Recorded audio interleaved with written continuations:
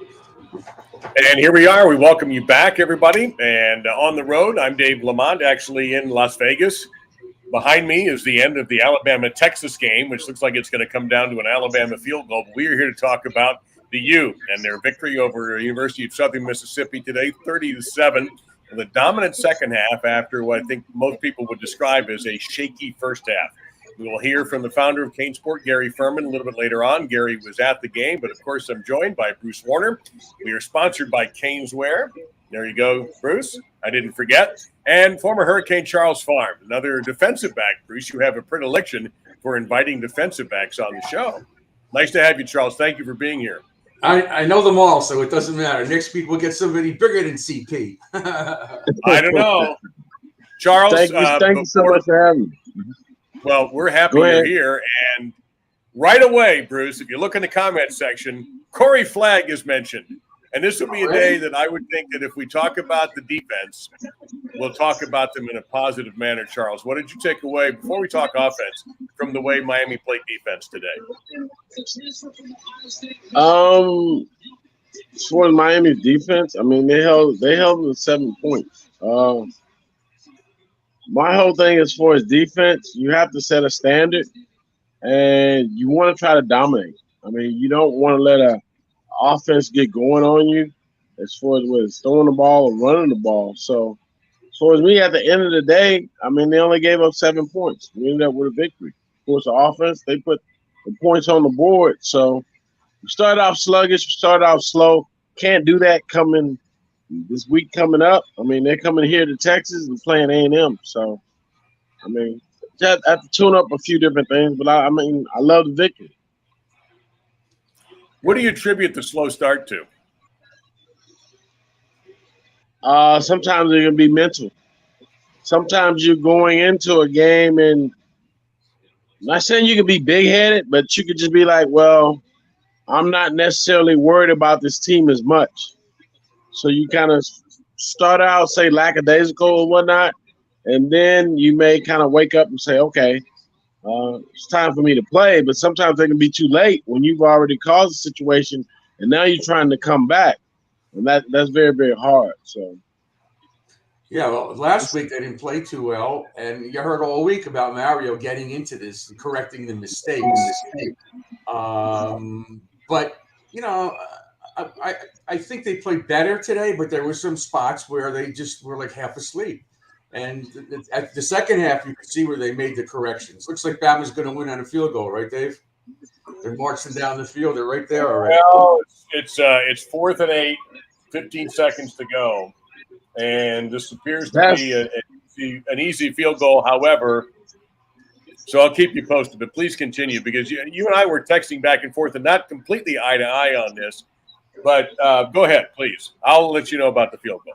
I just saw, you know, I saw last week, and I thought this week the front four would be more dominant. They were good, but, you know, it's hard to be dominant against the team. So Bama comes back to win again. What else is new? Not yet. Oh, no. Hold on. What happened? Texas called a timeout. They called a timeout. Oh, Texas called a timeout. But, I mean, I'm sitting here watching that game also. Yeah, I've got it on in the corner here. We still love you, Bruce, but we're watching something else. But Bruce, you're right about some things. And yes, it was a sluggish start in the first half, especially to me on offense. You know, I thought Van Dyke was staring down receivers like crazy. The running game could not get going. And in the second half, he had more options, and they ran the ball, especially, I thought, running left.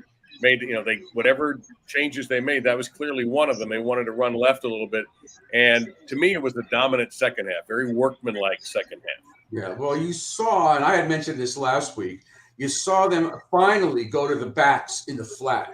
They need to do that to keep Van Dyke from getting creamed. So if they're going to tee off on those running backs, but if they're not there, and there was one pass where he got it batted down, he had the tight end open in the flat, but for the most part, when they opened it up and they threw to the backs in those flare passes, CP, you saw that the defense was able to not be able to cover that, and then they opened up the running game a little more. Charles? I mean, yeah. it'll make a defense spread out more so. I mean, if you're getting the ball into the backs and stuff, in the flats and stuff like that, it'll spread your defense. It will spread your defense because you worry about the flats more so. And that can give you more of an opportunity as far as gaps being wider and whatnot within the offensive defensive line. And you may get a chance to start running the ball a lot more, call different plays at that point. You also know that when they had the end around or the flanker around to Rashard Smith twice, you know as well as I do that's a setup for Texas A&M because they're going to see that same design and they're going to run it like that, but they're not giving the ball to Rashard Smith. They're going to do something else off of that. Don't you agree? I mean, they can show something. They can be setting up for something else. Yes. I know as for the offense, they're moving forward with what they're doing, but it could be a surprise. It could be a surprise. It's something that's in the hat. It's something that's in the bag that they're showing. So it's always a possibility, and something could be added to it also. Mm-hmm. Well, and you had a flea flicker to break through for a touchdown today, so since they had a pretty buttoned-up offense against Bethune, but you knew you had the better personnel there. Here, you did step up in class a bit, and that play worked magnificently. The other thing, Bruce, is Van Dyke finally got some more time in the second half. He was struggling to get loose, and they didn't take very many deep shots in the first half. I think they were concerned that they couldn't protect him long enough to take those deep shots. And then he hits one with the fake on the handoff to Parrish, who, by the way, has another solid game. He is clearly, at least for my pennies, the number one back in this offense and deserves to be the number one back. Even though Rooster's back, he's not probably as healthy as they would want him to be. Right. He has to be the man right now. I also think that, we talked about this all last season, and we talked about it on the other shows that I do with Gary. Sometimes the receivers don't get open, and you got to hold the ball a little longer because they have a habit of not getting open. That may have happened today too, so it can't put all the blame on Van Dyke or the offensive line. I'm not looking at the receivers when we're watching the quarterback have the ball in the pocket, but maybe they weren't open because when they're open, he gets the ball there most of the time. That's just something that I believe they have to work on. Yeah. I mean, it's not only receivers knowing what the defense is trying to do as far as secondary and what coverages they're running, but I mean, just wanting to be that receiver. I mean, you have to put in that extra work. Say with Michael Irvin, Lamar Thomas, different receivers throughout the Hurricane history that would do that extra and will become open, and their quarterback can't see them. I mean, and you can make those throws, and then you can change up different things. Also, that way, as far as you've been successful doing that, it's for the running game and also the overall passing game. Yeah, the Canes win 30-7 over Southern Miss. They've won 2 in a row. They are unbeaten. They're going to A&M next week. It's a 9:00 our time start. I guess what time is it out there? An hour earlier, CP? Is it 8:00 next week? Yeah. There. Yeah, it'll be 8:00. It'll be a night game. And I didn't see any injuries today, so that's really good too. So they should be relatively healthy. I saw Zion Nelson get in for a little bit, but then I didn't see him anymore. And the same thing with the Rooster. He got in some. He didn't seem like he had that burst. There was one play he actually was able to turn and get upfield. But for the most part, they've been going with the 2 backs, and I think that's probably the way it's going to have to be next week too. Maybe if they get Rooster in the flat, that'll help instead of having him run up the gut because he's just not that healthy yet. And something else we should mention, this is a call-in show. Your opportunity to speak to us and also Gary when he comes on a little bit later on is at 563-999-3550, 563-999-3550. When you do get through, just press 1, please. I'm running the board. That way I know you're in position and you're ready to go. So we're talking about the Hurricanes' victory today. It's one where I think you can have 2 sets of emotions. You can be a little dissatisfied because the game started slowly, but you have to be satisfied, at least I am, with the second half, particularly the defense, Charles. And one of the things that we have talked about just in general in the college game, because you played in the late 80s and early 90s when the game was officiated differently, played differently, is that today I think the tackling was crisper than it was in week one. And even in some of the other games I've watched, I noticed tackling today was a lot better. I mean, and that's really, really good. The thing about it, I can't even mention that North Carolina game because that was, I don't know. I ended up, I don't know if I had to go to the hospital or something happened, but I know I was totally sick. I mean, you have to take the right angles. I mean, and you got to hit and wrap up. I mean, they're tackling drills. You got to get the guy down, period. I mean, Yep. and defense wins championships. You need to shut down an offense. And you got to be able to tackle in the open field, period.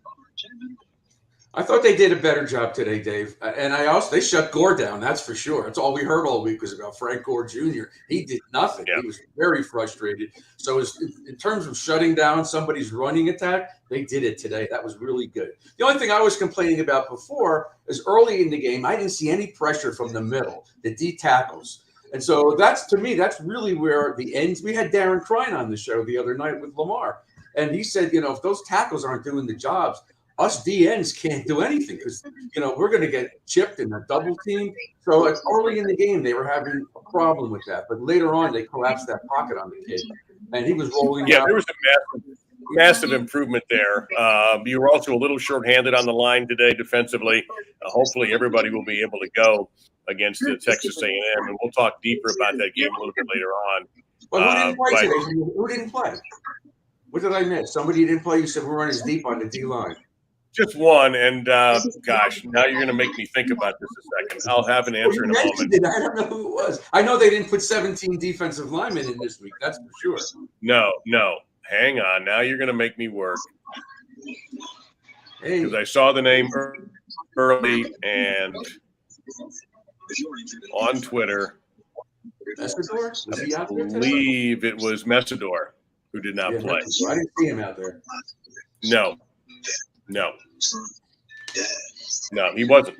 That's why you didn't see him out there. He wasn't. He was in street clothes. So you had a little bit, but that's okay. I mean, again, this is a game that you kind of expected to win, but it was difficult early. I thought maybe the most important part of the entire day was getting that second quarter late touchdown and sending you in the locker room with a better feeling than if it would have been 7-3. Not just because certainly 7-3 is a deficit that you can overcome, but you couldn't feel good about the offense until they finally got one in the end zone, and they finally did, and it was Van Dyke's sharpest of the first half by far. The power to connect hundreds of devices. Are you listening to a child TV show? I don't know. We got something open somewhere, and it's not on my machine. Not on mine. Somebody's got an ad open somewhere, or a website open that's running an ad. There we go. Well, just a couple of comments while we fix that. We have Tyler was off today. I'll buy that a little bit. And containment isn't good. So, Charles, on the defensive side, we have TJ who chimes in and says the containment isn't good. Many gaps to escape. Now, I'm assuming he's talking about containing a running quarterback. I mean, the college game now is a lot different than it was, say, when I played. I mean, pretty much anywhere you go, you have quarterbacks that can run the ball and do run the ball. And the thing about it is, you don't want to – you want to contain a quarterback like that because you want to have to make him run. If he decides to run, he's going to have to run back in traffic. You don't want him out free and just running free. So that means, you want to contain him on the inside. And also, if he's on the inside, you have more guys pursuing him inside out. Instead of having to try to get to him as he's hit the corner and he's on the outside. Yeah, and I noticed also today that defensive backs, the linebackers, there was one play where Wesley Bissant almost had the pick. But if you look at that, he was back a good 8 to 10, 12 yards. So that made it tougher for the quarterback to hit that receiver. That was one of the things we talked about last week because people were bitching about flag. and his lack of ability to drop over Santa's there. And that he didn't make the pick, but he was in the right spot. That's what we need. We need more speed and athleticism at the linebacker position. Not that Flagg didn't have a bad game today, but I'm just saying you need to see that. Kid comes off as a linebacker and drops into coverage and does a darn good job. Yeah, we've got to figure out who's got the open window here. I keep looking. I only have 2 windows open. That's you all and the call. So somebody's got has got a website that's tracking a video somewhere. So that would be nice. All right. So TJ also has another question, and guys, they want to know about Ivy. And TJ's comment is, I don't see why he's on the field. Maybe it's Ivy's turn today. Well, you're the DB. Go ahead, CP. Talk about it. DJ Ivy had a tackle in the backfield on a quick screen pass, but you know he's a big guy. It's hard for him to cover shifty receivers. The thing about it is, whenever you're dealing with shifty receivers inside, it's gonna be. It's a track meet. It is a track meet. By him being a bigger guy, it may be, as far as footwork and whatnot, and being a quick receiver, it is a lot harder covering receivers that are coming out in the slot. But I mean, they may have to just switch that up a way, but a little bit. But you got to have DBs if you're going to be put in different man-to-man situations, different defenses. They're going to have to be able to cover. So you have to get that taken care of. Now, I should point out that Miami only gave up 240 yards. And in today's college football, if you give up less than 400, that's considered a good day. And here it's 240 for Miami. They outgained Southern Miss 452 to 240. Most of that 452 to me was in the second half when the offense, they ran the ball much, much better. 278 in the air, 174 on the ground. Parrish over 100 yards again. And penalties, a couple more, Bruce, I noticed, the sillier variety than we saw. We kept commenting last week about how they didn't have the dumb penalties against Bethune-Cookman today, a couple of the silly ones. But what the hell happened with that play with Ja'Kai Clark? What is that? I mean, they called it, but is that really something that's got to be a penalty, I guess, but I mean, he was carrying. They were like struggling, and they went out of bounds, and he didn't just give up. That's bizarre. I never heard an explanation for that. Well, I think the only thing, again, and Charles, I can see you shaking your head, so I'll get the 2022 comment out the way before we turn it over to a guy who played in a different era. Bruce, the only thing I can think of on that is I would just say this. You know how cautious they are now about anything. Today in the Texas-Alabama game, there were 2 blindside block calls. Now, they were correct, but before we never worried about that kind of thing. This was not anything close to that, and maybe you let him off with a warning. The problem is he went past even the white paint, I think. So it just got to be so obvious. And I also would add this, Charles. It was the spiking the ball thing last week that we talked about that we all thought was kind of silly. But if the official doesn't make that call, he's going to be in trouble. He's kind of stuck with the rule book that is cutting some of this stuff out. He's put in a tough situation. He's in that situation. Damn if I do, damn if I don't. I mean, he has to make it. And I mean, as a referee, and you have to make a statement yourself. So you don't want the guys getting out of hand. You don't want a game getting out of hand. So if you go ahead and make the call, you let the team be aware of it. It's going to be called. So, be mindful of what you're doing and don't cause penalties, and we won't have to call them. Yeah, you're not allowed to spike the ball anymore, so it is what it is. That's much as I think we all agree that it's kind of silly. I've also, and I don't think we're the people to be talking about other schools and celebrations and things like that. I think we should probably need to do zipping about that. But it's just a safer game. They're promoting a safer game. They've been talking about this. I've been in seminars with officials. They've been talking about this for years with bringing in the targeting rule. Whether you like it or not, it's not going anywhere. All of these changes designed for safety, even to the points where they were telling people, throwing them off the field if their pants weren't long enough past their knees, just to try to protect knees if they thought that could help. So that's where we are with college football. If you don't like that, I'm just telling you that's how it is. So sometimes if you're mad at the ref, or the official, I should say, or the ref, it was the ref who throws the flag, that guy's just doing what he's told to do. And there's, like this year, I can tell you, the blindside blocks are a big emphasis. That's become obvious. And it's an easy call to make when it's out in the open field. Anybody can make that call. And it has to be called. So get ready for a lot of that. Listen, there's comments down here about James Williams. You can see the comment. You can read it. That he doesn't play hard on all these plays, and he sometimes he dogs it. Well, that's why he's a young kid, and he does things like that. And they may all do things like that.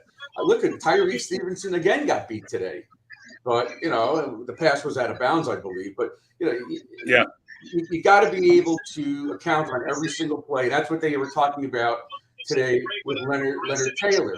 He makes great plays, and you don't see him for the next quarter or something like that.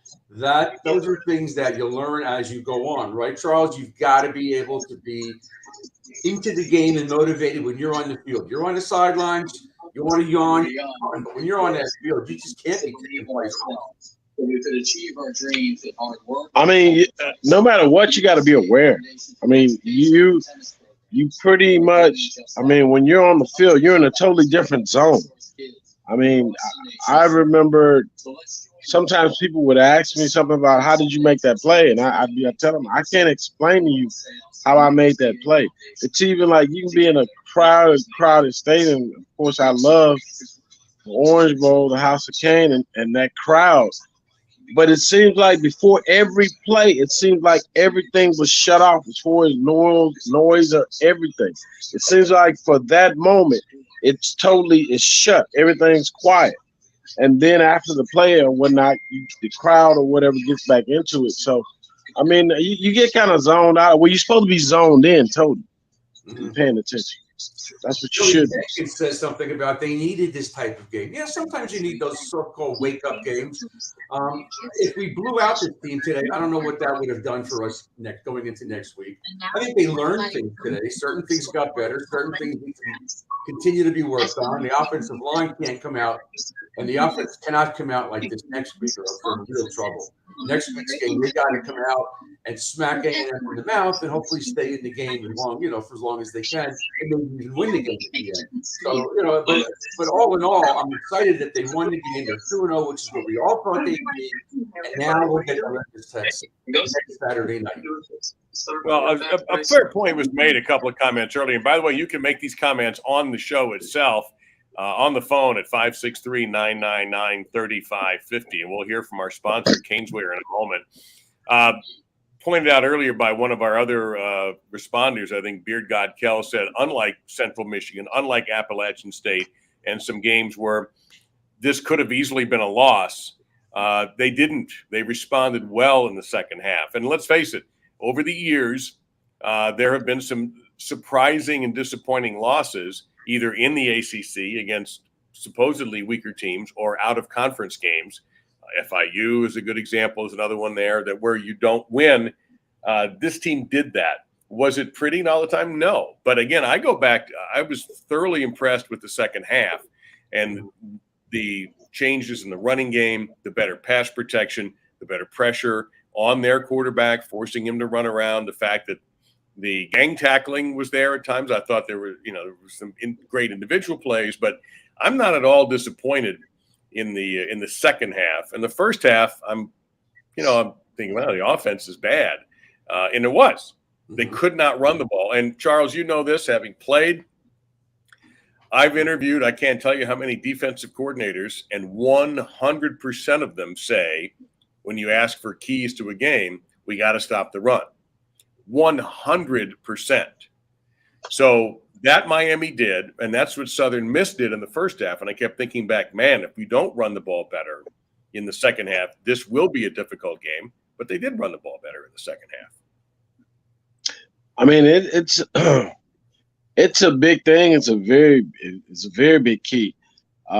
Me playing at the University of Miami, I mean, winning it in the 1989, winning 1989 national championship. I mean, you got to think about it. In the defensive line, there was two inside guys with Cortez Kennedy and Russell Maryland. So you weren't really going anywhere. We weren't worried about that. And then my senior year, I mean, you had Warren Sapp, and you had whoever else that was in that defensive line, and then you had the the guys as far as the linebackers with Mike, Jesse, and also Darren. So linebackers we had were amazing. So you weren't gonna really. It was gonna be hard to run on us. Period. And you don't have the speed to go outside. So we're not worried about that. We contain all of that, and then so you have to try something else. We're not worried about that because it is about timing. As long as we're in the right coverage and we're disguising coverages, a quarterback doesn't have a very long time to just sit back and pat on the ball and look. I mean, he'll end up getting the sack. So we saw some receivers. We saw Redding again today, looked pretty good. We actually saw Brinson make a catch near the goal. He almost scored. Obviously, Restrepo. You know who disappoints me? I don't want to be whiny and negative. I'm not that sold on Will Mallory. I don't really see him unless the ball hits right in hands. He's having a tough time catching the ball. He's really not no wide catches open. Today. None today. Did not have a catch today. Restrepo had the most. You had Smith. Keyshawn looks like a game-breaking type guy. Had the one touchdown catch from Van Dyke. But once again, you had, I think it was 10 receivers last week, right? Bruce who caught it. This time it's 8. And one of them is not Mallory. That was a little bit of a surprise, too, that a couple of times, in fact, if I remember correctly, early, Van Dyke had an open guy underneath and went past him to try to throw to Mallory. One was dropped, and one, I think, was just not a great throw. So are they hiding him for next week, or does he need, to find a better gear? I guess we're going to find out in 7 days. Yeah, but they also they don't have George, who's eligible to come back next week, but he's got no playing time so far this year, so I don't expect him to play next week. Maybe a little bit. But I think they were pretty good. But again, I'm worried about Zion Nelson, who played very little today. Campbell did good, but he had one stupid penalty on him. And overall, the second half, everything was better all across the board. You got to be happy with the fact that last week there was 10 touchbacks by Borogalis. Today he had a couple of field goals, which is good to see. The punting was really good because he didn't punt last week either. No, he didn't. People that we didn't even see last week, and they play all the time. But I think they have their work cut out for them for next week. I haven't seen A&M. Have you seen them, Charles? I've seen A&M, and A&M has they're ranked. They have the whole big hype, or some hype. They're going to be at home. Yep. So they will be standing. All I can tell the young men you're 2-0 right now. I mean, you got 2 wins, but just get your mind ready for this week. This week is different.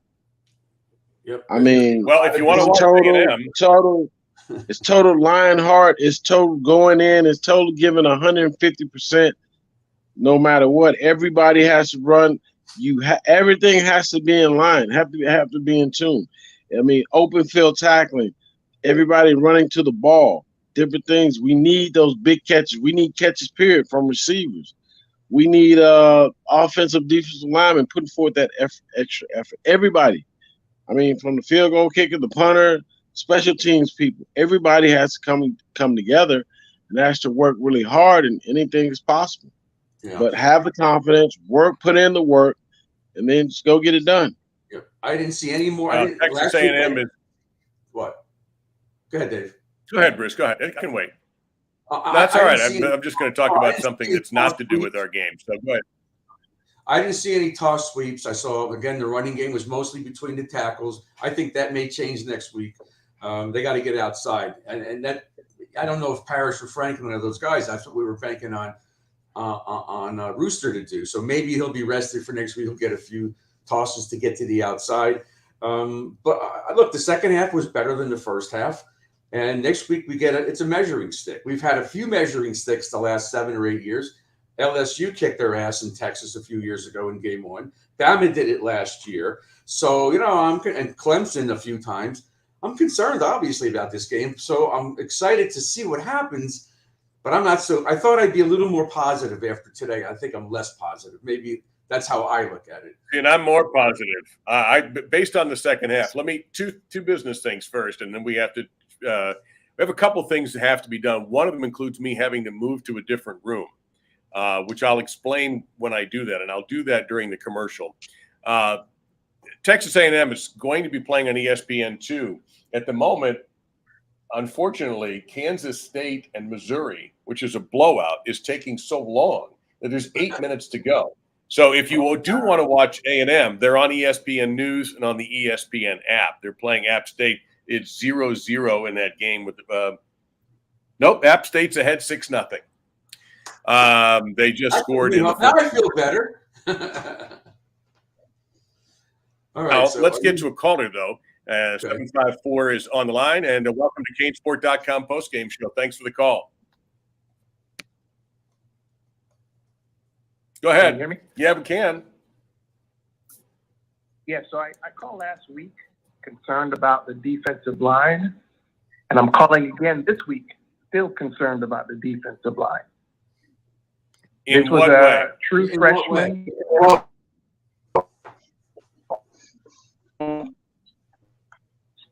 See much pressure. Please, guys, give me some confidence that we can pressure a true quarterback and rush the passer. Well, Bruce mentioned it early, and I don't think anybody was happy with the first half pressure-wise. But going back to something Charles said at the very beginning of the show, and you may not have been with us, the bottom line was the points. And it's still just 7 points is all in the second half. So I think the defensive line did play better. But I also think you're right to be concerned about pressure on the QB. Bruce mentioned this earlier about, the ends feeling like, if I'm not getting help from the middle, it's harder for me to do my job. And I'm sure the reverse can be, applied from the tackle's perspective. So, yeah, I understand why you would be concerned with that. It makes perfect sense. And we'll see if you call next week how you feel about the line when you take on what is a ranked and very well respected Texas A&M team. You talk about a guy who's in the cauldron. It's got to be Jimbo Fisher. They always have high hopes down there. They've had high hopes ever since he got there, and they went 8-4 last year. And I wrote, I do occasional writing for a gambling site, and I wrote that if this year they don't win, go 30-0 and win every game by 55, he's in trouble. And that's only a slight exaggeration. So it's going to be interesting to see how they manage this deficit that they're in with App State. App State, we know, can be difficult. They gave North Carolina way more. So is Georgia State giving North Carolina way more they can handle, by the way. So here's what we're going to do. Yes, Derek Jenkins, Gary Furman is going to be with us in a little bit. Just before we went on the air, I am in a hotel room right now, and I blew a fuse by sticking my finger in a socket. Absolutely true. You're still here. Well, I am still here because I was trying to adjust some lighting and plug my phone into something that I thought was a plug, stuck my finger in there and zap. So I'll be taking a shower in the dark later today. But there's another room next door, fortunately, and I have to plug in there. So, and I'm going to run out of battery otherwise, and then maybe that will help. But if those of you who are going to call us, we have set 563-999-3550, and we'll be here for a little while. We have yet to hear from Gary Furman.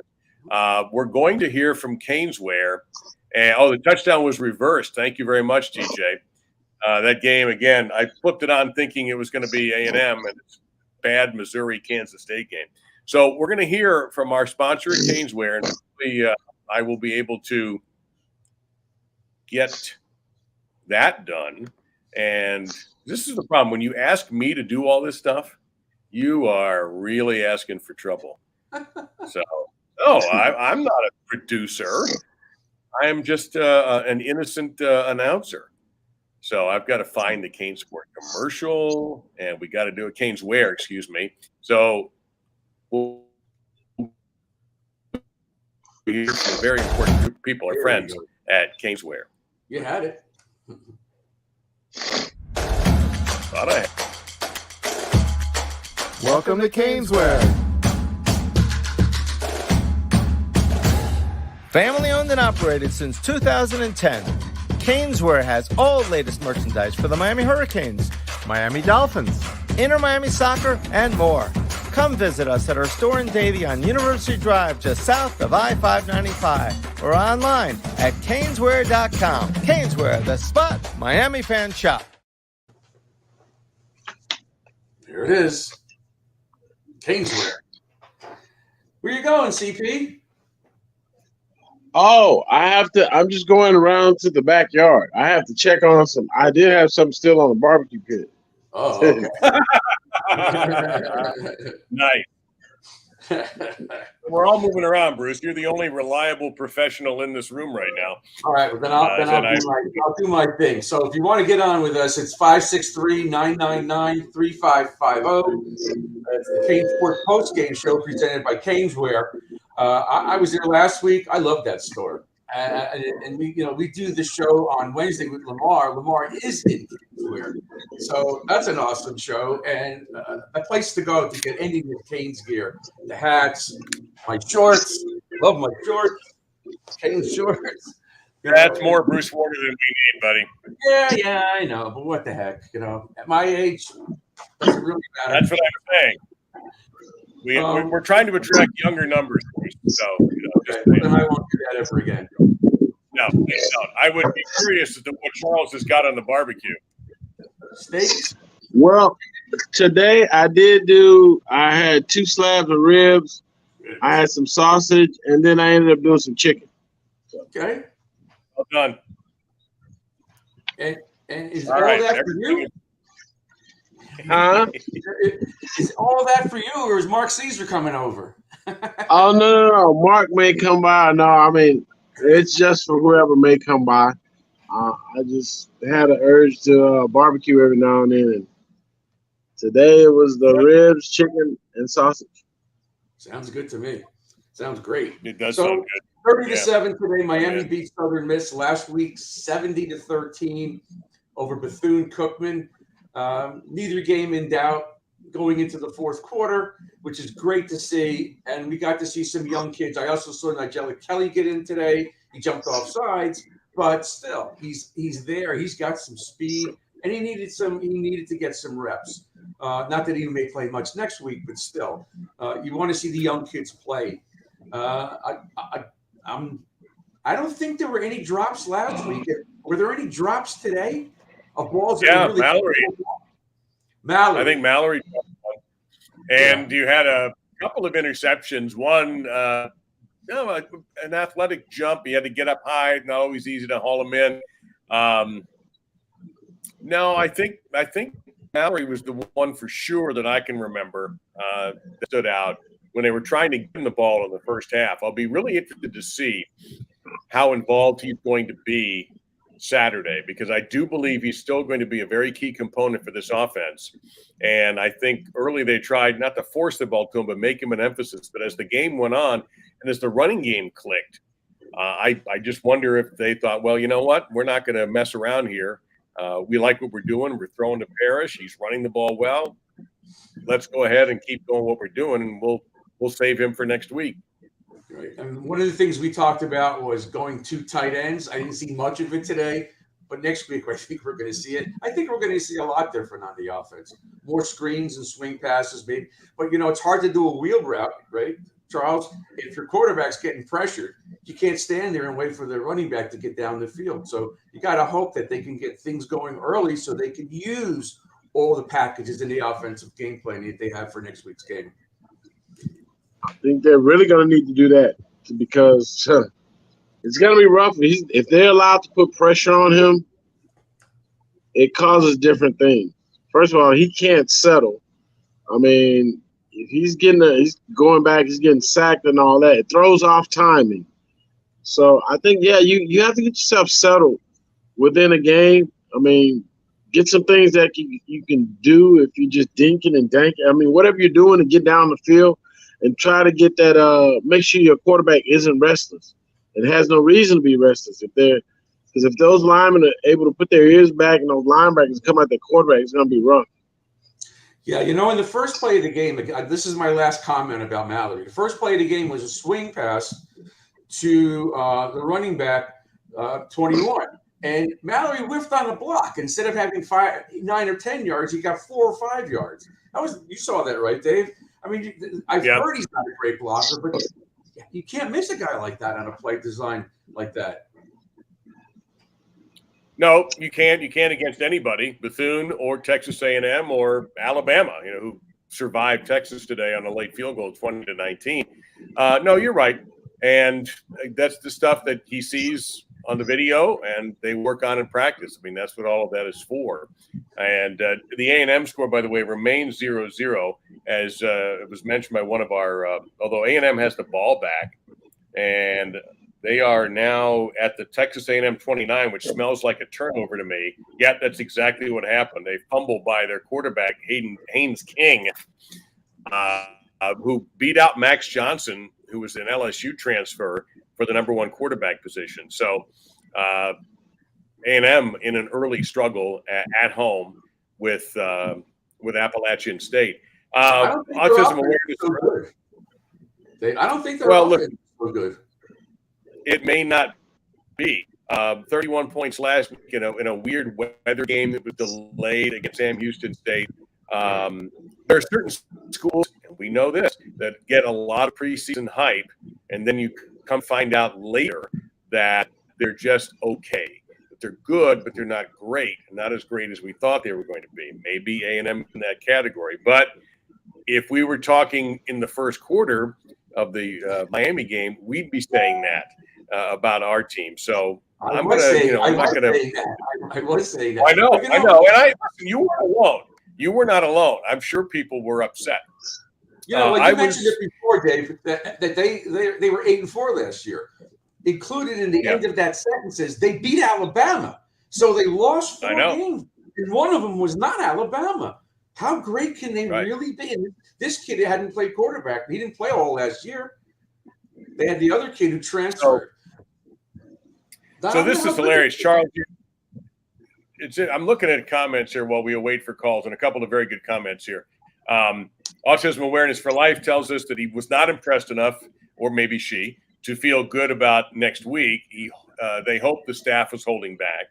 Mike and Charles, last week, 70-point victory. You're winning or score 70. Everything gets off to a largely great start, and we spent 45 minutes talking about Cody Flagg, who seemed to be the target.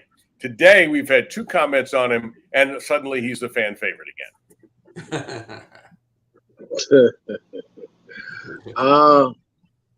My thing is,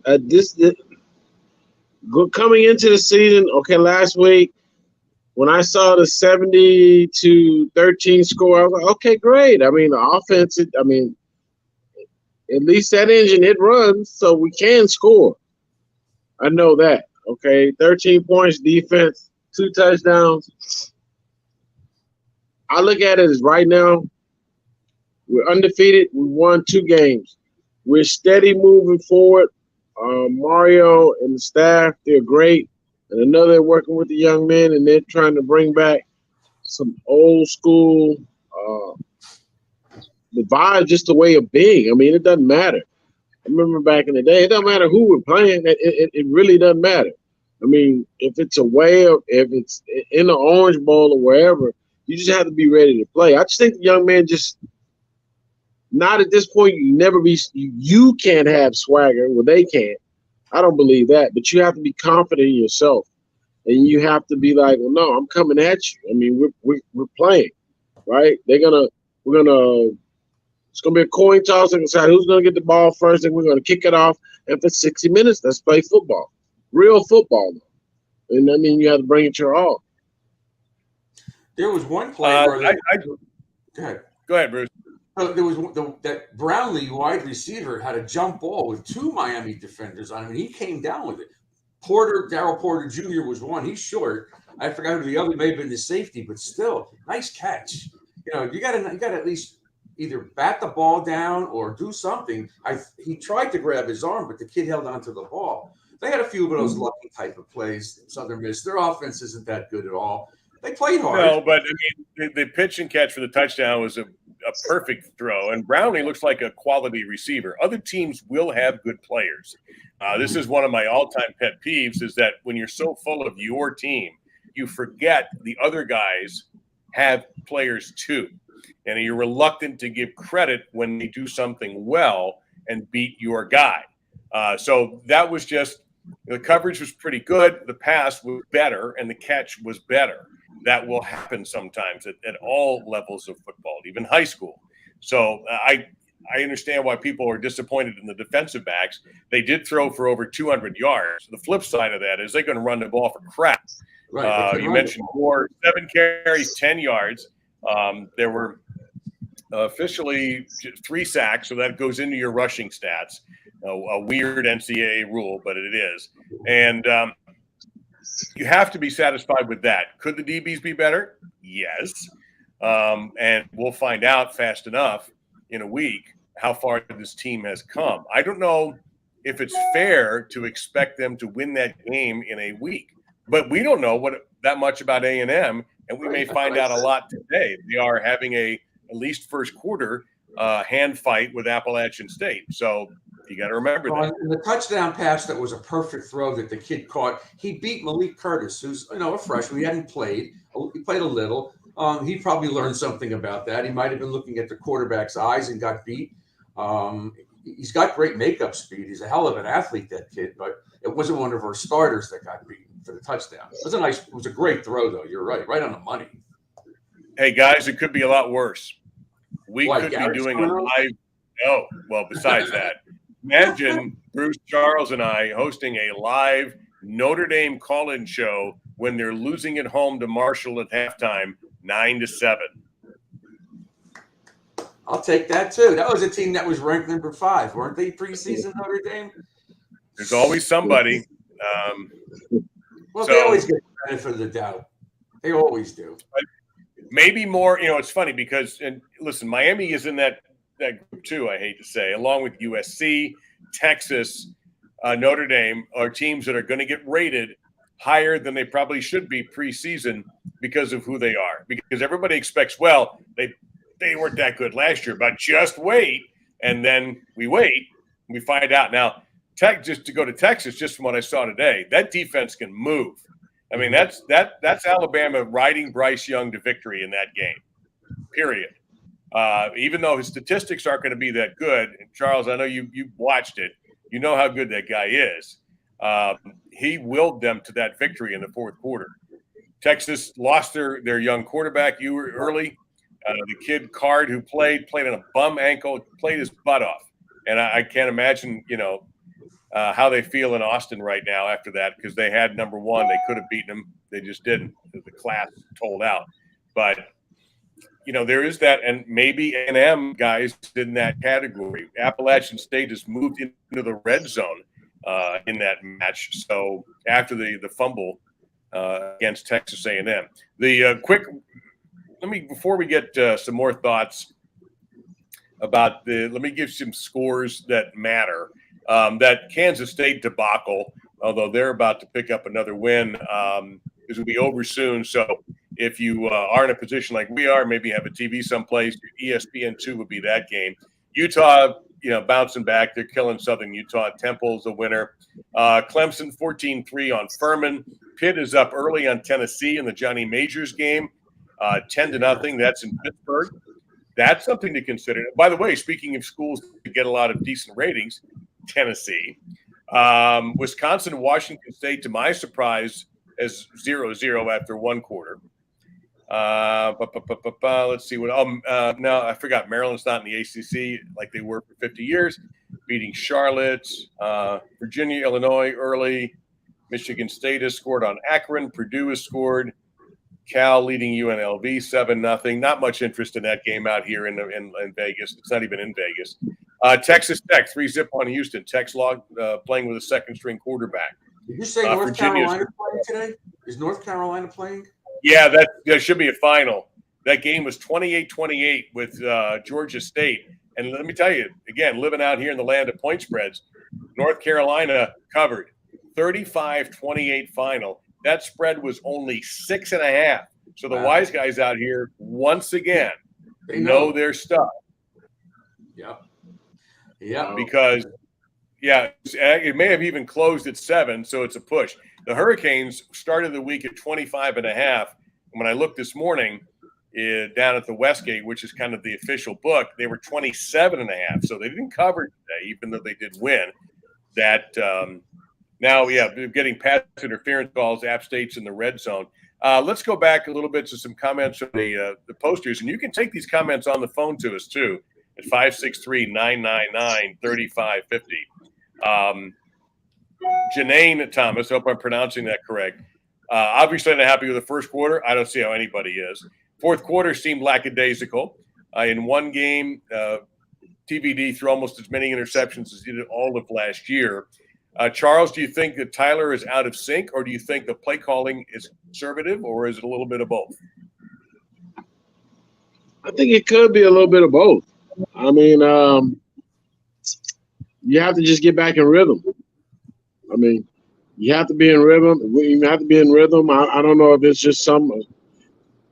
It surely needs to be in rhythm this week coming up. Things need to be together. So it may just be a little bit of tuning up. I mean, during game time experiences, because they are real games right now. And sometimes as far as breaking down what calls to make within the game, may be a little bit different. But I think that'll work out as long as they keep working on it. That'll be fine. Well, there was a couple of throws that he made where there were two offensive receivers near the ball. I didn't like that because that's not how it really is supposed to be. And then on that pass down the middle that he threw, he was trying to hit somebody. It may have been Redding. And the defender, the linebacker, came over at the end and almost had an interception in the end zone. So he might be a little off. I'm not sure what happened today. He wasn't real sharp. But again, as I said earlier, and we talked to Lamar about this all the time, they had a history last year of not being able to get open. And that could still be an issue with the receivers. Or maybe just that may be because they weren't that good, although you did have a couple of good receivers. Now, we're not going to tell the Florida Department of Transportation that Gary Sherman is joining us from his car. Hey, man. Hey, Ed Reed just let me in. I made my right-hand turn. I said, you know what? I'm gonna forget to call him the phone line this week. I'm coming right on in video. So yeah, we're gonna try to do this without getting into an accident. But yeah, I figured, why not? All right. So what about you don't have to look at the camera. Say it again, guys. What did Mario say after the game? I don't think he was overly thrilled with the way a lot of things went, but sometimes we don't see what's going on live as we're watching the game, and it helps to get perspective after the game. There were a few things at play. I think Southern Miss coaches did a good job putting some defensive wrinkles in. They were giving the passing game some trouble, and they were giving Tyler Van Dyke some looks in the secondary that they weren't prepared for, and were throwing them off a little bit. Obviously, some things at the line of scrimmage. The offensive line was having problems protecting Tyler. So they made halftime adjustments, and I think the adjustment offensively was to pound the ball more. And it worked. I haven't had a chance to break down the numbers yet, guys. We will, and we'll be talking about that tonight on CanesWear.com. But it clearly worked. I mean, Henry Parrish had a big second half. They got physical with Southern Miss, and they wore him down, and were able to get out with a somewhat convincing victory. I don't think that they didn't cover the line, of course. I'll throw that in for you, Dave. But they didn't cover the spread, but they got out of it at least with a decent victory, and it's not a totally devastating feeling going into Texas A&M week. And no injuries. No, Gary, no major injuries, right? Nobody really got hurt. No. That's good. All right, we have a caller, so waiting on the hold. So we're going to go to that caller who was kind enough to press 1 so we can see, so I could tell they're available. Caller, go ahead. I have to give Gary credit. He's right again, once again. Every year I listen to him and I let my fan instincts kick in, and I hope for the best, but he kind of brings us back to earth, and I disregard what he says, but he's correct. Once again, you have no number 1 wide receiver. We couldn't get separation against Southern Miss, and that's going to hurt us in the long run. Yep. And I wanted to ask what about that, and if there's any hope for this. Well, I mean, yeah, it's an issue, no doubt. And but I think it's better right now than maybe it seemed like it was going to be. I mean, Rashard Smith is establishing himself a little bit. Today he had a few catches. I think Michael Redding is playing very well. I mean, the best that he's ever played. Keyshawn had the nice catch today on the flea flicker. So I think it's getting a little bit better than it looked like it was going to be in training camp. But is it going to be good enough against a very, very good Texas A&M secondary next week on the road in a night game? That we'll have to see. Yeah, they're going to have to be physical and match physicality with A&M. And I said this right at the beginning, Gary. We talked about it with Lamar. We got the backs out of the backfield on a couple of flare passes, and that'll take some of the pressure off Van Dyke as well. You got to get these backs out in the flat to catch the ball, especially Rooster, which I don't think he caught any today. But those are the things you'd like to see. I also commented on Rashard Smith's two end arounds.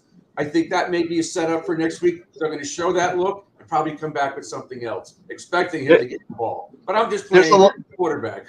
There's a lot of offense, Bruce, you haven't seen yet. I know. Yeah. I know. And that's what I'm saying. It's hard to complain about it. But he was a little off with his passing today. I get that. But, guys, I'll throw something else. I'll throw something else out to you guys. Tyler Van Dyke and the receivers are getting they have plans to meet tonight at the training facility, and they're going to get some extra throwing and catching in. Kyler wants to get the rust. He didn't feel right today. It was very uncharacteristic. His mechanics, I think, were breaking down a little bit, and he wants to kind of throw his way out of that tonight. And he and the receivers are getting together tonight at the training facility to throw and catch some and watch film of Texas A&M. And I think that's was a great indication of how engaged these are. Yeah. Charles, have you ever seen that? Did your guys do that? Did we ever do that to where we would go and watch film? Or practice after a game? After a game. I mean, it's certain games you're going to do the extra that you need to do. If you feel like there's some things that you can improve on. Film watching was very important to us. Us going head up with the receivers on the one-on-one drills and whatnot, that was very important. Us running to the ball. So, I mean, I think that's great. I think that's absolutely beautiful that they're going to come together and they know they need to put in the extra work and they're willing to do this and go ahead and jump on A&M early, start watching film, start breaking down different things because that's a part of it. Also, it's not about your strength and your speed all the time. It's about being smart also. Yeah. Oh, there's A&M just scored to tie the game, by the way. It's 7-7 A&M in their home game against Appalachian State on a 26-yard touchdown run. Gary? I was talking to some people out there the last few days, starting to do some homework on the game, and they're a little concerned about their offense. They really struggled way more than they ever imagined they would against Sam Houston State, and now of course you can see they're not they're struggling a little bit against App State as well, but they're a little concerned that their offense is maybe not where they need it to be going into the game next week. Yeah, all the more reason that we come out next week firing on all cylinders and not come out like we did today. By the way, there's a comment, Dave, if you want to read it, because it talks about being old. It's the person that's fit over 50. Good Lord, I have not seen Charles Pharms since he was here at Miami. Am I getting old? I guess he's getting old, Charles, because how old? It's been 20, 30 years already. Yeah, it has been quite some time. But you look great. It has been quite some time. Yeah. But I think the guys that are coming into this game, I mean, they just have to be confident. Like I said, I used to love the fact that we were always confident. But you just got to go hard at each other, and you got to get better. And you got to work hard, and you got to believe, and you got to want to do it. You have to. And I think they'll be all right. I like the direction that they're going. And once Mario instills, and this is what it is, we're all about business. There is no play, and this is how we do things. And just some more of the older guys and them being able to see how it used to. I mean, things used to be done. I mean, you gotta want it so bad. You have to be hungry. You have to be willing to fight. I mean, fight is for the warrior, tiger, lion. I mean, it's all about victory and everybody coming together. So I'm glad the fact that they are going to go do some pass routes and they're going to work on some stuff and they want to improve on that area. Yeah, that's an incredible story, Gary. By the way, if I don't want to get ahead of myself, but if we win next week, that changes everything. The ratings, the recruiting, the whole 9 yards. I think it's such a big game because of the LSU blowout and because of the Clemson blowout and because of Alabama blowout. This is a big game. We have not been able to show we can play with the big boys. Well, let me offer something. Let me offer another side to this. I forgot who I was. Actually, Bruce, I think I was talking to somebody Sunday when we were playing basketball. One of the guys came up and said, "What do you think?" And I said, "Well, my only problem is I expect they're going to beat Southern Miss, but I'm concerned with putting all of our chips in game 3, and it's a non-conference game." So I'll argue the other side of your point and say, look, if they don't beat Texas A&M, the season doesn't end. Oh, I agree with that. Your number one goal this year is to play better football, and with that should come more wins. And with that might come a Coastal Division title. That, to me, would be the goal. Get to the ACC championship game, especially when what appears to be a very wide-open division. Now, NC State won today, big deal. They played a weaker school. Right, Wake Forest picked up a win today. They played Vanderbilt. North Carolina barely beat Georgia State in Atlanta after barely beating Appalachian State. So, they're unbeaten, but what have they done?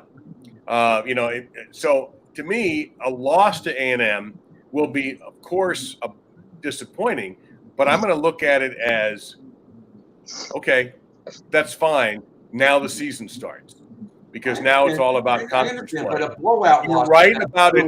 Is it a game changer? Yes, but I don't like, especially when you're a team that is not, I don't think, a national championship contender. Right. Throwing all your chips into this early season game, thinking, well, the season's ruined if we can't beat A&M. There might be people who think that way. I know you're not one of them. I said earlier, I know that. The measuring stick.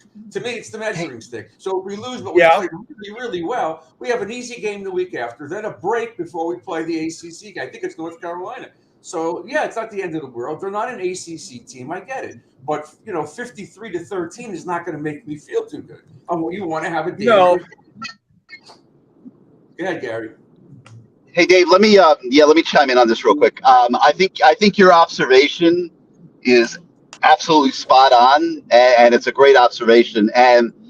But I think there's two things that are going on simultaneously. I think Miami could play the way they played today and win the Coastal. Well, a few of us in the press box were actually having that conversation. Like, playing ground and pound, ball control, with these running backs and play action passing and using TVD and spots. He doesn't have the receivers he had a year ago. He just doesn't.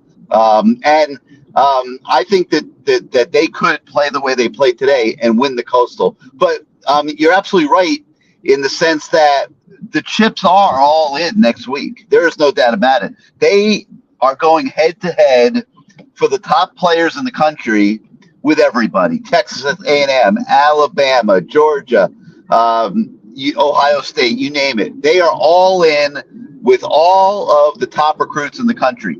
And to be able to have a chance to win a reasonable number of those recruiting battles, I'm not going to say they need to beat Texas A&M, but they need to be in that game from start to finish. And they need to prove that this is a new Miami, and this is not the same program that for the last 4 or 5 years has been embarrassed every time they get on a national stage, with the exception of the game against Florida in Orlando, which was close. But against LSU, against Alabama, they got beaten very, very handily. This needs to be different. So all in, they absolutely are all in next week because of how massive it is for the program to do what I just said. But if they don't win that game, I do think that they will be able to rebound, and I think that they could play at the level that we saw today and win the Coastal. Right. We have this is something, Gary, I'm going to throw at you. And I don't know if there's anything to this or not, but somebody is writing in that Avante Williams took all UM stuff off his social media. Is that at all significant, or is that just somebody who's cleaning up his social media?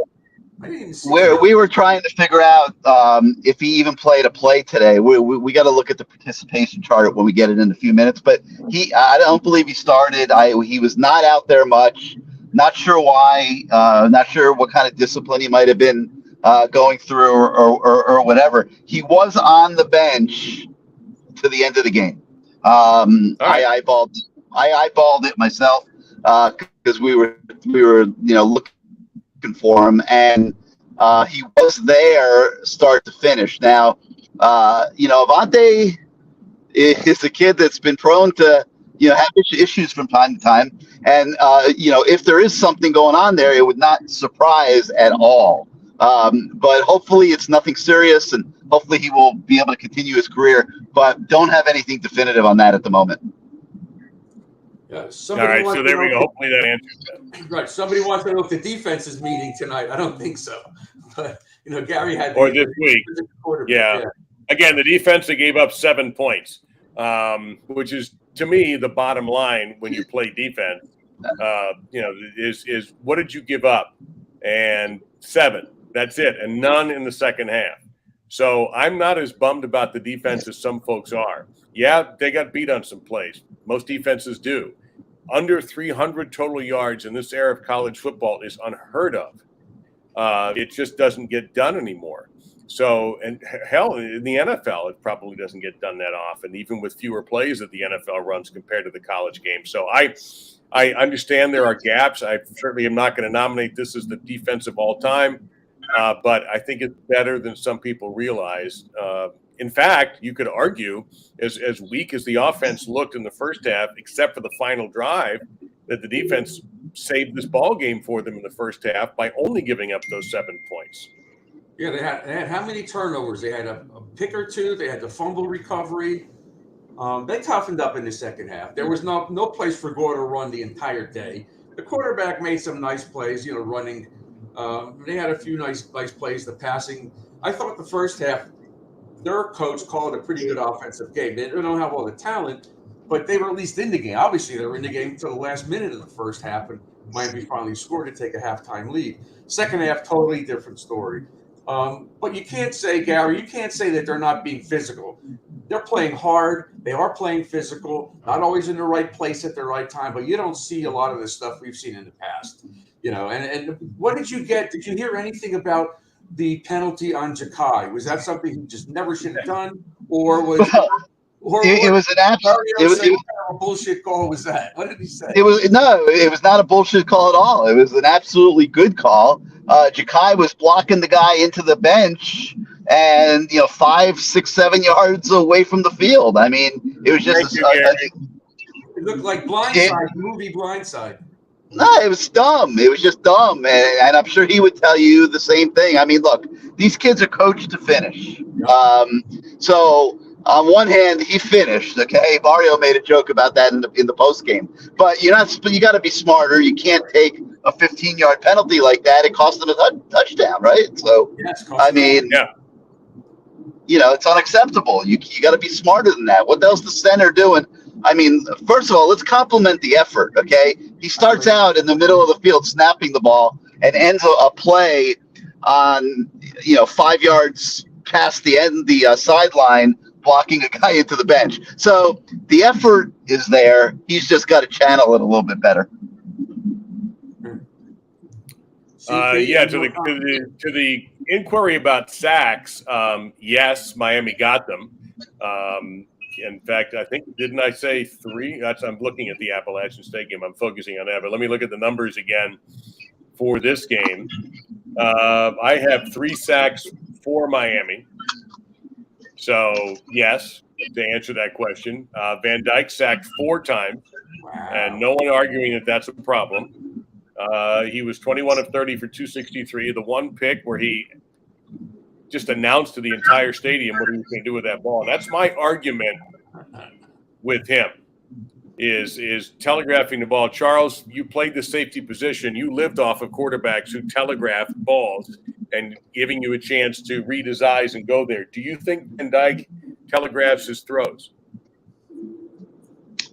I think he needs to learn how to look guys off a lot better. I mean, because a lot of times if you get caught up, a lot of the great ones, they're going to be looking somewhere. You think they're going to go that way, and they go back to another receiver. So I think he may be looking, and just what they say, if a quarterback is, when the ball snapped, if he's looking dead at one receiver, that's where he's going. It does make it a lot easier. You can jump routes and stuff like that. So I do think he needs to work on that and just looking off, different defenders and just get better at it. Yeah. He was late several times today.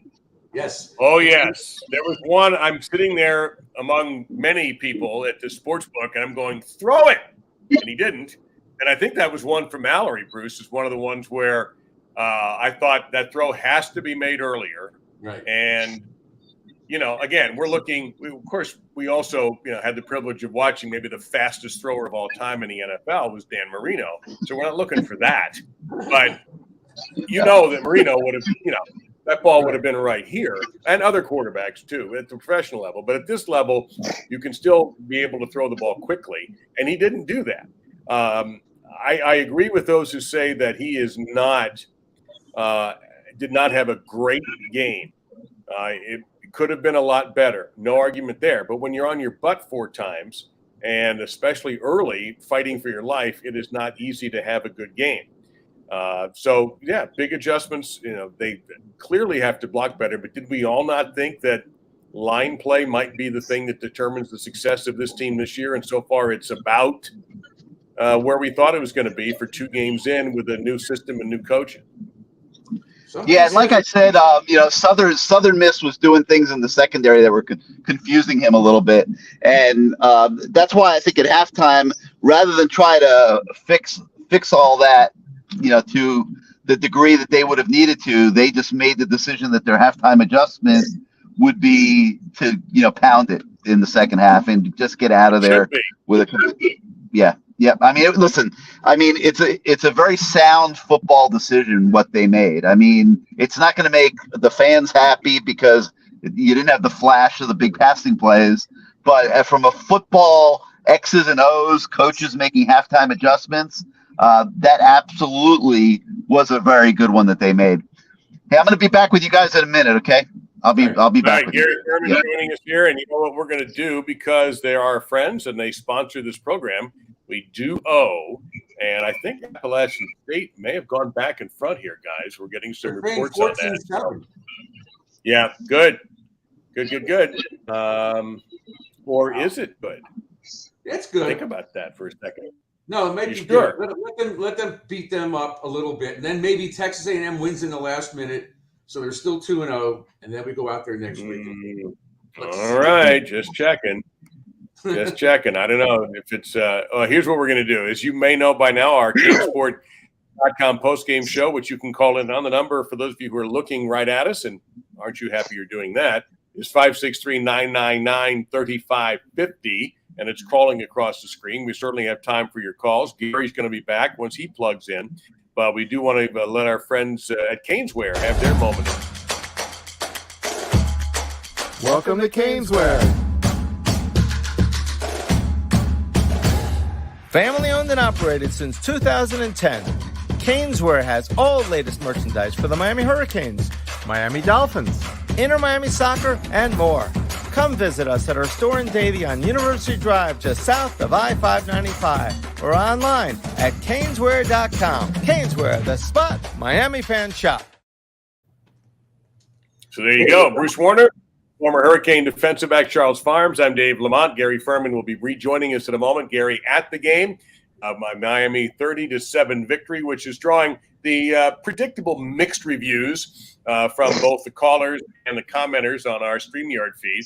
Understandable.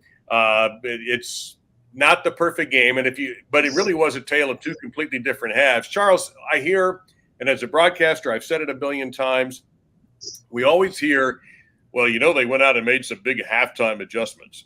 I've always thought two things. One, that might be a little overstated. And two, if you're a good coaching staff, you're making adjustments all the time. You're not just, we're down by 21, but let's just wait till we get to halftime to fix that. I know that's bullcrap. So give us an idea of a halftime and what that is like in that condensed period for you guys to make whatever changes you make. I mean, most time, you have the guys up in the press box. They can see different things now. You got guys there already filming. We're on the field, so certain things we see that the coaches may not see, and then again, there's certain schemes and different things the coach may see up top that we may not see. There are minor adjustments that are made. I mean, if they're coming with a certain blitz or something, the offense would adjust. We may have to adjust certain things, routes that they're trying to do on offense. We have to understand if we can switch man up in different ways. So there's little things that may happen during the game that you just have to make adjustments for. But it's not like you're totally changing your whole game plan at halftime or anything like that. Well, Bruce, it's not like Bruce, it's not like a tennis player who says, you know what, I'm not charging the net, I'm getting my butt kicked. Now I'm going to charge the net. That's an easy adjustment to make here. You work so hard on this game plan that it's just completely throwing it down the toilet is very difficult to do. Yes, you tweak things here and there, and as Gary mentioned, and I think we all saw it, who watched the game, and us, the three of us, we saw that Miami made a commitment to the run game, which I think is going to be the way they're going to win this year anyway. I mean, we've talked already about the receivers. Nobody's seen, you've got Restrepo, who's your possession guy, and who looks solid as hell. Mm-hmm. We're a little bit concerned about Mallory through 2 games, but it's just games. And do you have a, crap guy? Maybe it's Keyshawn. It's going to be your guy that stretches the defense, but we haven't seen that yet. But I maintain that one of the reasons they didn't try to stretch the defense too much is they're worried about getting their quarterback stretched. And so the offensive line has got to play better. The one long pass that was hit, it took a little trick to do it on the flea flicker. So I get the dissatisfaction with some folks, but at least to me, Bruce, I think the identity of this team, at least for now, is going to be a run-first attack until they can get the passing game right. Yeah, I wonder if Van Dyke said something to Mario going into the locker room, like, I don't feel good. I don't know what it is. I just don't feel good. Or I'm not getting enough blocking up front. Maybe we ought to run the ball. But they made the right adjustment. They have to be more physical. They're going to have to run the ball against A&M because you want to shorten the game. You just don't want us to go out there winging it all over the place. They do have a damn good secondary, A&M, despite what problems their offense has. So, yeah, he better be physical. It's a shame we lost Chaney and the other kid, but he was only a true freshman anyway. But there's enough firepower to go out there and score 30, 35 points against A&M. But you got to come out. You got to come out aggressive. But the physicality portion of it is what I think is going to help us if we beat Texas A&M. It's not going to be throwing it all over the place. Gary, you're back in? I'm back, man. I'm back in studio now. I made it. That was pretty good, man. I navigated all the way back, talking and driving, and I'm impressed. Well, the police will be knocking on your door. Myself on the back for that one. That was a first. Yeah. So what's up, I haven't had a chance to say hello to you. How you doing, Charles? How you been? I've been good. I mean, I'm just down here in Texas. Hopefully, I will get a chance to be down in South Florida for the Florida State game. And, of course, they're coming here to play Texas A&M next week. Are you going to come Pretty to the game? excited about that. Yes. Coming to the game? Yeah, cool. I will be hovering around the game, yes. All right. That's good. 12-7, Marshall over Notre Dame. I still have 7-7 App State and Texas A&M. There was a report they scored, but it apparently was premature. Yeah, so, I don't see it either. Yeah, it's still 7-7, and A&M, in fact, has the football. So, but still, Appalachian State, let's give them a little bit of love, too. They've gone toe-to-toe with North Carolina and probably should have won that game. And here they are at Kyle Field. So they had all that emotion, and you wonder if they'll run out of gas in the second half because it's so much on the field in a game like that when you have a chance to come up with a win. And now you're at a place where everybody thinks you're going to get your butt kicked, and in fact, you're look at Marshall, same thing.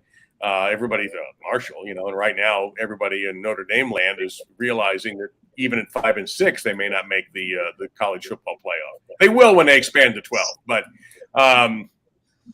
So, it's interesting. Somebody writing that we are overreacting. I don't know if he means the four of us or the fan base in general. That's what fans do. I think I know Defo does Overreaction Monday, and that's going to start up again with the NFL starting, having already started, and full slate of games tomorrow. Everybody overreacts, especially early, as you try to figure out. So let me ask all three of you, and I'll start with our guest, Charles Pharms. Through 2 games, Charles, what do you think the identity of this Miami team is, or do you think they have one yet? I think they're still working on one. Thing I can say, okay, last week we were playing against Bethune. But we did put up 70 points. So we can say in the last 2 games, no matter who we played, they put up 100 points. So 50 points a game, okay, fine. And they've given up a total of 20 points. So, they're moving forward. Like I said, they're coming away with victories. They have to make their adjustments. Their identity, hopefully, is to just play harder. Play harder and just being willing to put all in, no matter what. Just what they say, just be able to fight like a junkyard dog. Just don't care, but just give it your all, period. And you're going to get better. You're going to have some rough times, but, things will get better, but just give it your all, no matter what. All right, Bruce, what do you think about that question? I think he's right. They're 2-0. We've had games with App State. We've had games against some pretty average, below average teams, and we've struggled. We've lost. Then we lose to Louisiana Tech in a bowl game, although I think we just threw the towel in before we even got there. But I'm happy. We're 2-0, and we're going to Texas A&M, which is what I want. And I just let the chips fall where they may. I have no problem. Do I think they need to tighten some things up? Yeah. Am I worried about the defensive tackles? Yes, very much so. I think A&M's got a big offensive line. So that concerns me. But again, if we play a great game, even if we don't win, the future is bright. It's right in front of you. You put that game over here, and then you just go forward. If we run the table on the ACC, even if we lose to Clemson, but we beat Pitt, we should still be in the Coastal title game. We could still play Clemson if they're there. But Florida State, that would be incredible. I think its direction is positive. I can't complain, other than the fact that I thought it was sloppy in the first half. And it was, Gary.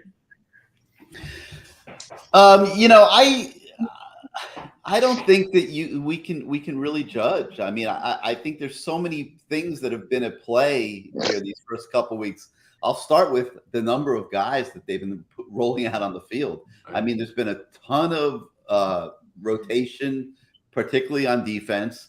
That's going to tighten in the starting next week. There's no doubt about it. We're not going to see as many guys out there. These 2 weeks have almost been like a dress rehearsal for the coaches. So that's one thing that comes to mind. The second thing that comes to mind is this is the first go around with this coaching staff and these players, and games are different than practice. Okay. No, there's no doubt about it. Games are a lot different than practice. So these coaches are learning their team. They're learning what the strengths and weaknesses are of their individual players. They now have a 2-game kind of sample size. Today's game was obviously much more of a competitive game than last week's against Bethune.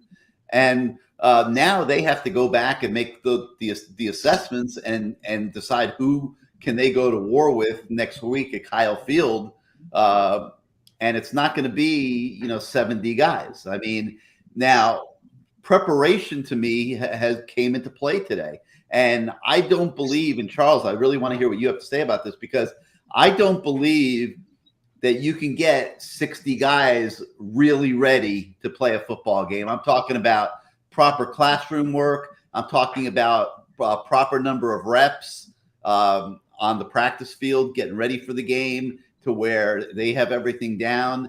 I think it's asking a lot to get 60 guys or however many played these last 2 games. I'm sure it's at least 60 ready to play a football game at the proper level. And I think that starts to change when the rotations tighten for the game plan. And now instead of 60, you're getting, say, 40 ready to play or something along those lines. I think, Charles, to me, that makes a big difference. Would love to hear your thoughts on that.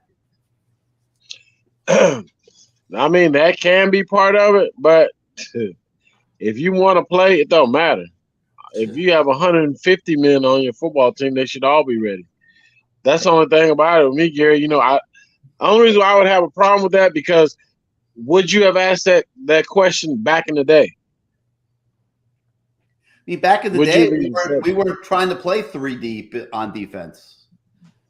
Well, that's true, but I mean, it's still what I will say. It makes everybody have to be ready to compete. If everybody needs to get ready, if they're sharing a position, I mean, the harder they work to where they will get to the point to where they will solidify that position. So if this is to the point to where it's making everybody better, well, we just got to do more to make everybody prepared. So we have everybody on board. Everybody who comes out of the locker room is prepared and ready to play. Yeah, I don't know if that's reality personally in a game. Like I think back to all the years. So I remember watching Randy Shannon sitting in his office like for a couple hours with like a starting defensive end, studying tape on the offensive tackle that he's going to face in that game, and really putting effort into preparing that young man for the game. This is not, obviously Southern Miss coming up this week. This is a top 10 SEC team with a lot of elite athletes on defense. And, I think you really, really, really got to be sharp on your X's and O's if you're going to have a chance to compete in this game. And to me, it's like you could get a first team and a second team ready when you're trying to get a third team ready too equally, and you're planning on playing all these different guys because you want to see what your guys can do. And a lot of the young kids are not going to get a lot of chances to play as the season goes on. I just think it gets a lot tougher, and you run into things like they ran into today where they really, to try to adjust to what Southern Miss was doing on defense would have been such an enormous task that they just made the decision, hey, we can pound these guys. Let's do it. Let's get out of here and move on to next week. Yeah, so Malik Curtis got beat for the touchdown, and I don't think he's going to be playing much against A&M, although he may have learned something today by being burned because that kid could play. But today... We don't know if he can play, Bruce. What? Today was the first time he really played. He couldn't play today. He got beat. You don't know what he did before that. But so we got to see. He's not playing next week much, I don't think. Probably not. Yeah. Probably not. Which is to my it's point. still 7-7 in that game. Appalachian State has the ball, but they're actually in kind of a bad position at they just got a first down. So at their own, but they're at their own 22. Notre Dame is in the red zone as they start the fourth quarter, trailing Marshall 12-7. In the ACC today, you had Duke beating Northwestern, so Duke is 2-0. North Carolina 3-0 after a hairy game against Georgia State. NC State 2-0 after a blowout victory today. Wake Forest wins again. So some of the good ACC teams or okay ACC teams are all 2-0, including Miami. Pitt, ranked in their battle with Tennessee, two ranked teams, lead 17-14, has the ball. That game on ABC, that's in the second quarter with plenty of time left in that one. So I don't see anything that happened today that would be considered an earth-shattering upset as of now. The Alabama-Texas game was a genuine thriller with a near last-second field goal by Bama. Illinois is killing Virginia 21-3. A lot of people thought that Virginia might be competitive in that game. So far, it has not happened. They're getting drilled. Ohio State won today. Minnesota won big. Penn State won big. Arkansas won big today, and that's really of an interest in a national picture. In Louisville last night, I can tell you this: here in Vegas, Louisville playing in Orlando last night, so many people were jumping on UCF. That line, I think, might have even closed at 6.5. UCF as a favorite, and much like Southern Miss today, their offense did nothing in the second half. And they ended up losing at home to Louisville in that game. So good for the ACC, bad for the folks at the bounce house there that they couldn't get a win against maybe a marginal ACC team. But other than that, there's nothing that makes you go, whoa, other than what happened with Texas, and now even more depression in Austin. Not only do they have that game with 1:20 to go with a lead, but they've lost their quarterback for we don't know how long. So – Gary, anything from Mario about the interception by Tyreek in the end zone that we never saw a signal? He ran it out. Was there? I mean, I know that they maybe assume, but you can't assume he's going to down it. 100%. I gotta talk to Tyreek about it. I haven't had a chance to do that yet, but it looked to me like he was like playing possum with them, and that play never should have been blown dead. Right. He was never touched. He never stopped moving. Never heard a whistle. There was no whistle. There probably was not a whistle. And if there was, there should not have been. He never downed the ball in the end zone. And then he took off and ran it back for a touchdown. Now, they weren't trying to chase him or anything. There was one guy that tried to swat the ball. But that looked to me like a botched play by the refs. But I got to talk to Tyreek about it. Okay. But Mario didn't address it? No. Okay. 30-7. What else did you get out of the locker room today, Gary? I alluded to some of this earlier when I came on. I mean, I was very impressed with the fact that the quarterback and the receivers were going back to campus and planning on spending the night together tonight. Tyler said he wanted to get throws in. Obviously, he needs his receivers for that. And they want to watch film together tonight. And, I was very impressed with that because they understand that they have to be better next week if they're going to compete. And that game does mean everything to them for all of the reasons I said. And it means everything to the coaches. And they want to play better next week. So I was very impressed with that.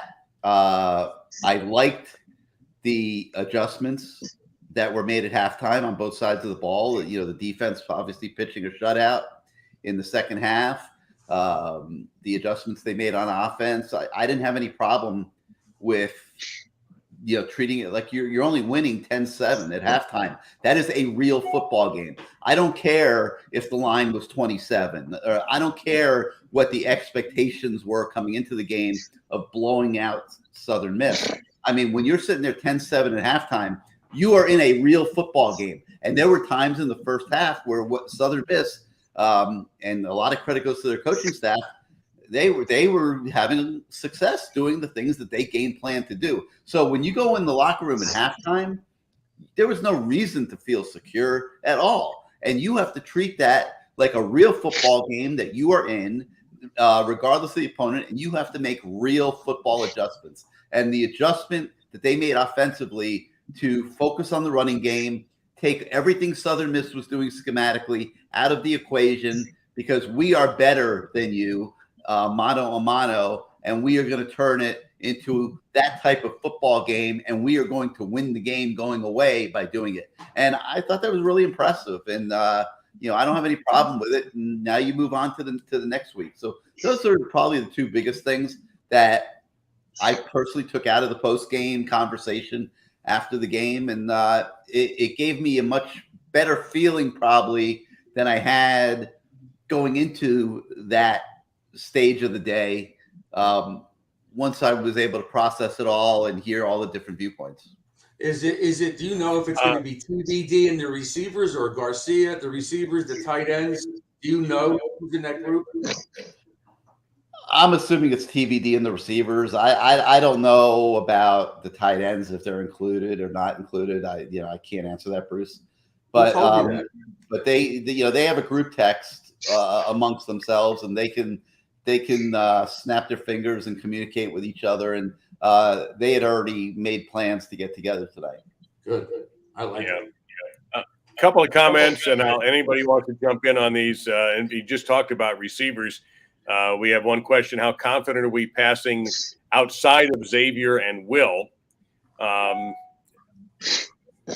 Charles, what about that? I mean, Restrepo has established himself because of his relationship with Van Dyke as probably the lead dog as far as the possession receiver goes. And Mallory, we're waiting for that fire to get lit. But do you see anybody else that could end up being a very dangerous receiver out of this group? I just want to see. I want to see how much talent we have. So I can't say that right now. I know they're good athletes. Let's just let that fire, like I said, let the fire get lit up and let somebody emerge. Or just overall as a group, let's all just come together and, run good routes, make great catches, and give the quarterback a great opportunity to help make big plays. Hey, Dave, how much have you guys got into these comments? I'm just looking at them for the first time right now. There's a lot of really good comments in here. The comments have been fine. And we've also invited the people who are writing the comments to call, and you can make those same comments on the air too. Just to address a couple of them that have come up in the last minute or two, we have one comment: if we played Texas A&M the same way we played in the first half, well, what if you played them the same way in the second half? Will that make a difference? I think it would. It's interesting to take the negative angle when just as easily you could flip that around and change one word in that sentence. Now, if you still think that's not good enough, that's perfectly fine. And you can't be sure they're going to play. Every game is a different game. We expect the same things once we get a couple of games locked in. Well, this guy's not any good. He's going to play lousy. Or this guy can't read this. He's terrible. If you do it over several games, then you have a pattern, and then you either fix it or you die trying, or whatever. I don't necessarily believe that Tyler is overrated. So I don't know whether this is, like last week we had Corey Flagg's backup's family chiming in. Perhaps the Garcia family has got some family members calling in, and I say that in jest, of course. Give them the number. And there is still time to call. Well, hey, you know what? It's right on the screen there, bro. If you're going to write the comments, if you see on the crawl right underneath Bruce right now, it's coming up on our CanesWear. 999-3550. That's it, man. So there's still time. There's still time. We're gonna sign off in about 6 minutes or so. But if you want to go ahead and jump in, I'll look for you, and you're certainly welcome to offer your opinion. We're any kind of contrarian or opinion that's not positive is certainly welcome here. We want things to be great, but we know they're not yet. This is about after 2 games, and I think Bruce has said this a couple of times since we started the show. 3:30. This is about what we thought. I don't think it was realistic to expect them to come out and, well, they did blow the first team out, but to come out and just mash everybody into little bitty meatballs and destroy them and win by 100 and all this other stuff the fans want, but can't always get with so much newness. Yes, you have a lot of returning players. You have players who are recruited to play a certain style of football. Now they're being asked to play a little bit differently.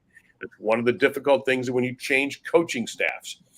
You know, Coach A recruits this type of athlete. New guy comes in, he inherits a lot of these guys and goes, well, they don't quite fit the way I want to do things. And I bring in coaches who don't quite fit the way we have to make it fit. I'm not saying that's the case here, but that's always part of it when you have these coaching changes. And that WG, you got time, but I'd hurry at 563-999-3550. Hey, let me chime in real quick on this TBD conversation. You know, I think that we got to remember a couple things. This is not as wide open of an offense to this point as what he played in last year. That's number one. And number two, he's a second-year quarterback. He really, only played, 2/3 of a season last year. And he hasn't played one even full season of games in college football. And he is still learning. They did have him a little bit confused today. Congratulations to the Southern Miss defensive staff. They did. And so we have this assumption that he's going to go through this season and that he's going into the NFL draft, and that's the way it's going to be. But I'm not convinced that that's as guaranteed as some people want to make it. I think back to Justin Herbert at Oregon in a similar situation, making the decision to come back for one more year and get even better than what he was, and it worked out great for him. He ended up going at the top of the draft. I think a TVD who would come back next year would be looking at maybe a couple $1 million in NIL deals. And I don't think he has to force it if he's not ready. Now, he's very entwined with the Rosenhaus agency. I imagine that those guys are going to lean in advising him to go pro. But, we'll have to see what happens there. Today he didn't look like a quarterback ready to go to the NFL, to be honest. So we have to see how the rest of the season goes. Did the guy call in? No, right? No, that's okay. We're pretty short on time, so we won't. But yeah, I agree with about that. I thought today was just a flat day. It does happen.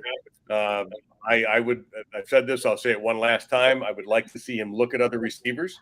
I don't know how this offense works. Maybe, Gary, you mentioned the offense was different last year. Maybe he's better suited to that style of offense. But you know what? The coaches have plenty of time to look at him and go, nope, he's still our guy. I think it's not like they made it to throw to a guy like Charleston Rambo. That is true. They don't have Charleston Rambo out there. That makes a big difference. Yeah, but I like the way Redding's been playing. He's not dropping balls. He's catching. He's getting open. To me, he's the second best so far as a receiver, as far as I'm. He's made a couple catches. He's not close right now to Charleston Rambo. No, I'm not saying he is, but he's there. Yeah, by the idea that they're going to all of a sudden dump Van Dyke for Garcia to play Texas A&M is absurd. Even if somehow Van Dyke missed the team plane, they'd send a private jet after, which most of these guys can now pay for thanks to their NIL deals. Charles, we're going to sign off here in a couple of moments, but we just love to hear your thoughts on the game and where this team is and what they need to do to get better. The game overall, they started out slow. They had to wake up a little bit. Seemed like they didn't have their morning coffee. But at the end of the day, like, people are complaining or saying different things. Like I said, in the second half, they put up the points, and the defense didn't give up any points. So, that's I don't want to nitpick and try to break everything down as far as the team and what they didn't do this and they didn't do that, right? They came out with a victory, bottom line. The victory was, they won. And So they scored 27 points. Really, when you look at it, 27 points. Right in the last 31 minutes of the game, which is pretty darn good. The first half was just not good at all. That's all. I mean that, and they just have to continue to get better. And I mean that's day by day. Let you do that. Like I said, they're 2-0. They're going to come up against a different opponent.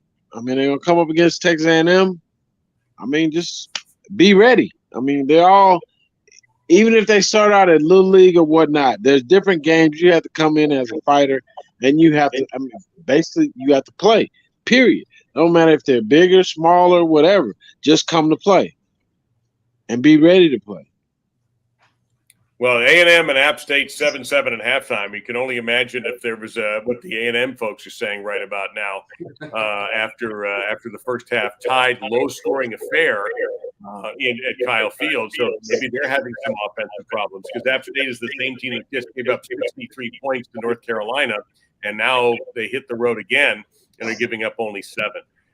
We're going to shut it down for the day. Gary, thank you for proving that you are an excellent driver. And, hey, man, I pulled that off. We'll do that again. That worked. Yeah, again, we're going to tell the police. Bruce, we'll talk to you in a week. We'll talk to everybody in a week. Charles Pharms, thank you so much. It's wonderful to see you. And enjoy going to the A&M game since you're down there, man. We wish you well. Thank you so much. Thank you so much for having me, and I look forward to talking to you guys later on in the year. And as far as the team, they continue to move forward and winning games, and I look forward to the A&M game and the FSU game. I'm not sure who those. Fresno State? Are we playing Fresno State? I don't think we're playing Fresno State. That's the only FSU that I can think of right now.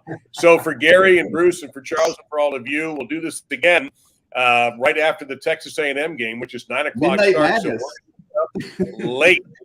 Way past Bruce's bedtime. So this is going to be an interesting test of his longevity and ability, as well as mine, come to think of it. So we're grateful for the phone calls and your comments. So we're going to sign off on the CanesPort.com postgame show presented by CanesWear. For Gary, Bruce, and Charles, I'm Dave Lamont saying so long. Well, not from the Sunshine State, the way Gordon Soley used to say, but from the desert in Las Vegas. Take care. Go hit the tables, buddy. Talk to you later. See you. Already hit. You already